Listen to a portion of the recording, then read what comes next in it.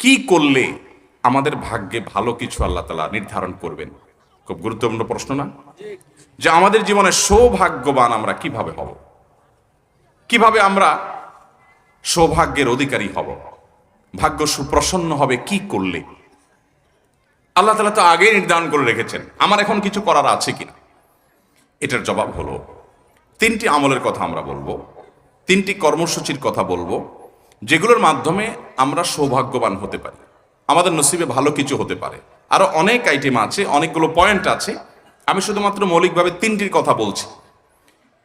সর্বপ্রথম কাজ হলো আল্লাহর প্রতি ঈমান আনতে হবে, আল্লাহর আনুগত্য করতে হবে, আল্লাহর দাসত্ব এটা আমাদেরকে করতে হবে, আল্লাহর আদেশ নিষেধগুলোকে মেনে চলতে হবে। আমার রব, আমার সৃষ্টিকর্তা, যার কাছে আমাকে ফিরে যেতে হবে। ইন্না লিল্লাহ, নিশ্চয় আমরা সবাই কার? আল্লাহর। ওয়া ইন্না ইলাইহি, এবং আমাদের সবাইকে